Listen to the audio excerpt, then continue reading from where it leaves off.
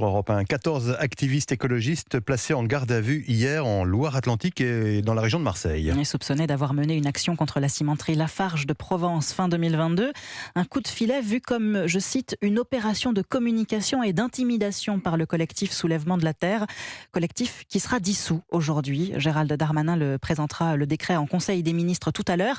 La fin d'un bras de fer entre le ministre de l'Intérieur et la Première ministre Jacques Serret. Oui, à la suite des violences survenues le week-end dernier en Savoie lors de la manifestation contre la liaison ferroviaire Lyon-Turin, Gérald Darmanin a fait cette annonce hier à l'Assemblée. J'ai également une pensée pour les 13 militaires de la gendarmerie qui ont été blessés ce week-end. Aucune cause ne justifie que l'on blesse des policiers ou des gendarmes. Alors oui, à la demande du président de la République et de la Première ministre, je présenterai au Conseil des ministres le décret de dissolution des Soulèvements de la Terre. Le ministre de l'Intérieur qualifie ce mouvement d'éco-terroriste, mais alors qu'il réclamait sa dissolution depuis plusieurs mois, Elisabeth Borne freinait des 4 fers face à la pression des élus de gauche, selon un conseiller de l'exécutif.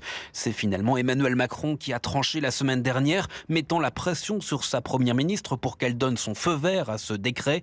Reste que cette dissolution, si elle ravit la droite et énerve la gauche, est surtout symbolique. Les Soulèvements de la Terre est un collectif d'associations. Autrement dit, les entités qui le composent ne sont, elles, pas menacées. Jacques Serret.